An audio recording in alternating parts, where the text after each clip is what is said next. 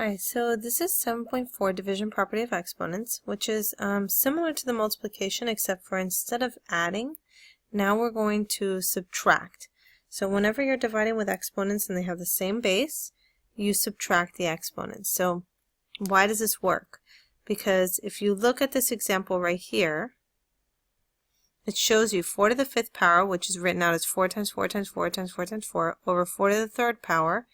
And you can cancel out what there is in common. So you only are left with 2 4s on the top, which is 4 to the 2nd power. So if you did 5 minus 3, you would also get to the 2nd power.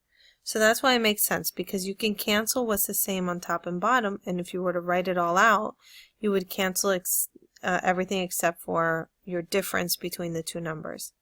So x to the 8 over x to the 3rd would give us 8 minus 3, which is x to the 5th. Okay, look at the next one. M squared n to the 4th over m to the 5th n cubed. So again, you subtract the m's. That's going to give you m to the negative 3 and n to the 1st, but we can't have a negative, so that's going to move down. The other thing that you can do is remember that it would be the same thing if you subtract and always put it I'm just going to write this over here. It would be the same thing if you subtract and always put the number where the bigger exponent was. So for example, in this case, I would have kept the m on the bottom because the bigger exponent, m to the 5th, was on the bottom. And that way I keep them positive all the time. I don't ever have to deal with the negatives. So on the next example, you could either switch the y's or you could subtract them as is. I suggest you switch them because you're less likely to make a mistake. So the x to the 4th would become 0, so those cancel. The y's are going to move around, so it's going to be y to the 5th on top. Z to the 8th stays the same. And on the bottom, now you're going to have y to the 1st and just z to the 1st. So now you subtract and you end up with y to the 4th, z to the 7th. Okay, so go ahead and try these examples. Don't forget to use the properties that we've just learned. Subtract when you are dividing. Don't forget the properties for multiplication. Power to a power, you multiply. So go ahead and try these examples. Pause your video, and when you are done doing the examples, check your answers to see how you did.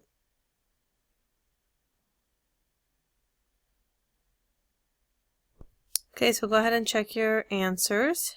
Notice how on number 9 they go to a negative exponent, so they will flip.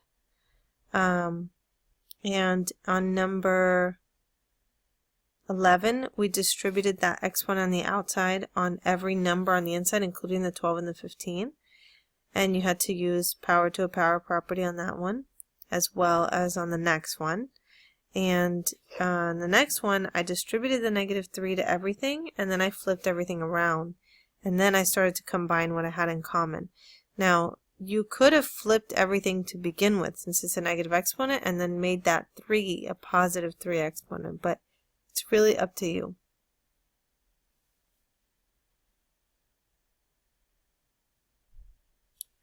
Okay, so let's look at scientific notation when you are dividing.